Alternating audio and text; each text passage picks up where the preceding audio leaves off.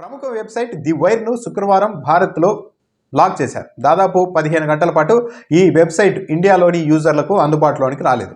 అంటే కేంద్ర ప్రభుత్వ ఆదేశాలతోనే ఇంటర్నెట్ సర్వీస్ ప్రొవైడర్లు ఈ వెబ్సైట్ని బ్లాక్ చేశారు. అయితే నిన్న ఏం జరిగింది అన్న దానిపైన ఇప్పుడు లేటెస్ట్గా ది వైర్ వెబ్సైట్ తన వెబ్సైట్లోనే వివరణ ఇచ్చింది. ప్రస్తుతం అయితే ఆ వెబ్సైట్ని మళ్ళీ పునరుద్ధరించారు.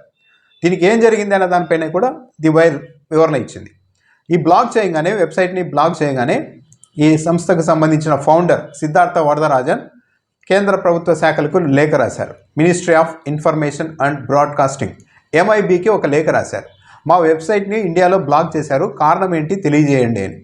దాంతో శుక్రవారం రాత్రి 9:41 MIB నుంచి ministry of information and broadcasting నుండి సిద్ధార్థ వరదరాజన్కు ఒక మెయిల్ వచ్చింది. ఎందుకు వెబ్సైట్ను బ్లాక్ చేయాల్సి వచ్చింది అన్న దానిపైన ఒక కథనం, ది వైర్లో ప్రచురితమైన ఒక వార్తా కథనం ఆధారంగానే ఈ వెబ్సైట్ని బ్లాక్ చేసినట్టు కూడా వివరణ వచ్చింది. అదేంటి అంటే పాకిస్తాన్ దళాలు భారత్కు చెందిన రఫేల్ యుద్ధ విమానాన్ని కూల్చేశాయి అంటూ ద వైర్లో ఒక కథనం వచ్చింది.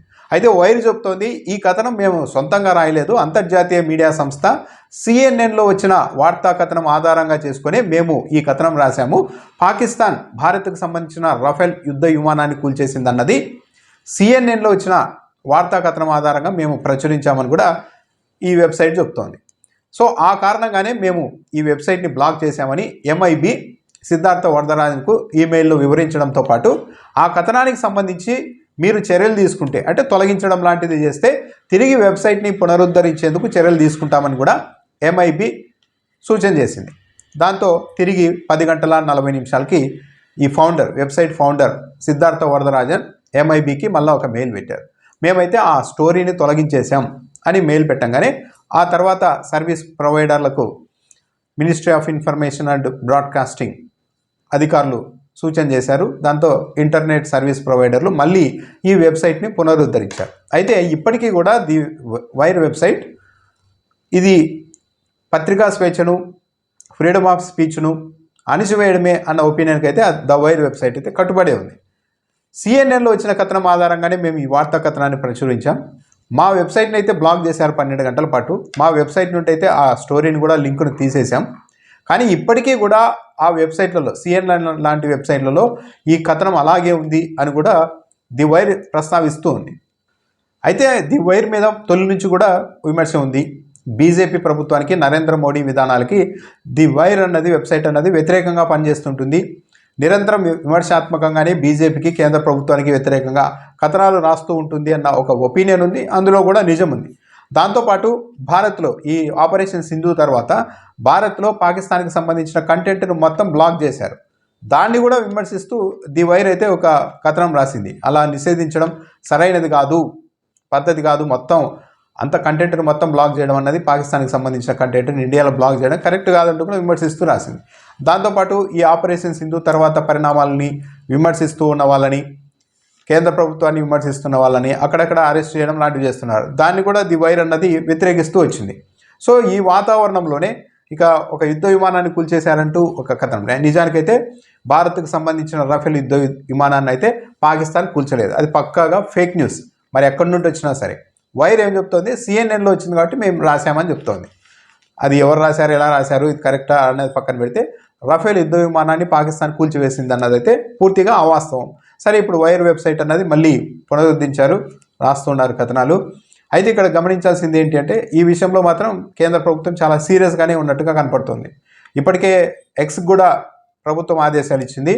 ఇండియాలో దాదాపు 8,000కు పైగా ట్విట్టర్ అకౌంట్లను బ్లాక్ చేయాల్సిందిగా మాకు ఆదేశాలు వచ్చాయని X కూడా స్వయంగా ప్రకటించింది.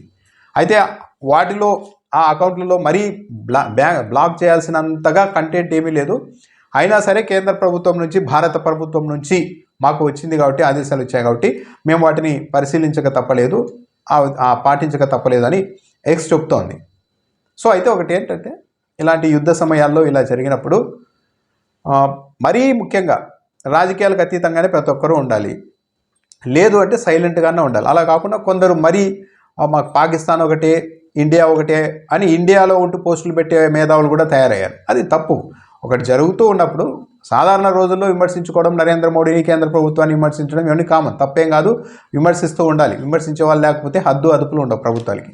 కానీ ఇలాంటిది ఒక ఇష్యూ జరుగుతూ ఉన్నప్పుడు పని కట్టుకొని అదేదో తమలోని భావజాలాలు తండుకొచ్చేలాగా ఇది కరెక్ట్ కాదు అనే ప్రభుత్వానికి, ఆర్మీకి సంబంధించి మేమంతా విశ్వమానవులు అన్నట్టు ఉండడం కరెక్ట్ కాదు. జరుగుతూ ఉన్నప్పుడు ప్రభుత్వాలు ఇంత పెద్ద ఆపరేషన్, ఒక యుద్ధ వాతావరణం ఉన్నప్పుడు ప్రభుత్వాలు కొన్ని బియాండ్ వెళ్ళి కొన్ని నిర్ణయాలు తీసుకుంటూ ఉంటాయి. వాటిని సమర్థించకపోయినా కూడా పదే పదే వ్యతిరేకించడం కూడా కరెక్ట్ కాదు. పని కట్టుకొని ఒక పార్టీ మీదో ఒక నాయకుడి మీదో తమకున్న వ్యక్తిగత భావజాలాన్ని ఈ సమయంలో ప్రదర్శించడం, ప్రజల మీద రుద్దే ప్రయత్నం చేయడం అన్నది కూడా కరెక్ట్ కాదు. అట్ ది సేమ్ టైం కేంద్ర ప్రభుత్వం కూడా గుడిగా ప్రతి ఒక్కరి మీద చర్యలు అన్నట్టుగా కాకుండా ఫ్రీడమ్ ఆఫ్ స్పీచ్, ఒకరిద్దరు ఉంటారు ఎక్కడన్నా ఒకరు, కొంతమంది ఇది కరెక్ట్ కాదు, ఇది తప్పు అని చెప్పే వాళ్ళు ఉంటారు. అలాంటి వాళ్ళ సూచనల్లో, మాటల్లో కూడా మంచి ఏదైనా ఉంటే తీసుకోవాలి, తప్పదు.